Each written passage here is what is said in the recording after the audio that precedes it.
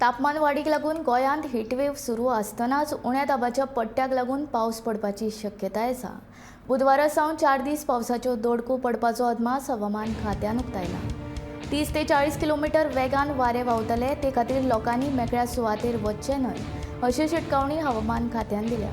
हवेंतले आर्द्रतेचें प्रमाण वाडपाक लागिल्ल्यान उण्या दाबाचो पट्टो कर्नाटक वाठारांत तयार जाला, देखून वाऱ्या सयत पावस पडपाची शक्यताय आसा।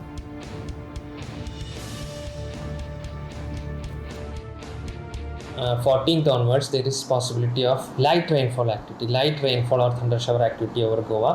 और इसका बेसिक रीज़न ये है कि एक वेदर सिस्टम जिसको ट्रफ बोलते हैं that is about to form, that is likely to form over Konkan और interior Karnataka region in the coming 24 to 48 hours.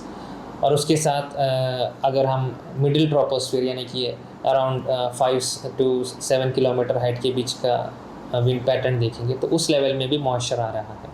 तो ये सारे रीज़न के कारण और डे टाइम टेम्परेचर के कारण आने वाले 4 से 5 दिनों में 14 मार्च से लेके for about 4-5 days cloudy conditions, moisture incursion and light rainfall activities going to continue over Goa. और उसमें ही 14 और 15 को रेनफॉल का जो पैटर्न है that will be associated with thunder and lightning. वो भी not that the entire Goa will be facing any severe rainfall activity, not like that. It will be a isolated activity.